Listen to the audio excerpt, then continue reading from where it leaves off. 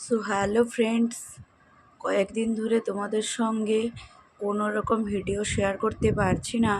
তার কারণ হচ্ছে এই যে পাটা, ঠিক আছে, পাটা দেখে বুঝতেই পারছো তোমরা যে আমার পাটা কিন্তু কিছু একটা হয়েছে। তবে কি হয়েছে বলো তো, পাটার তলপায়ে একটা ছোট সার্জারি হয়েছে, ঠিক আছে।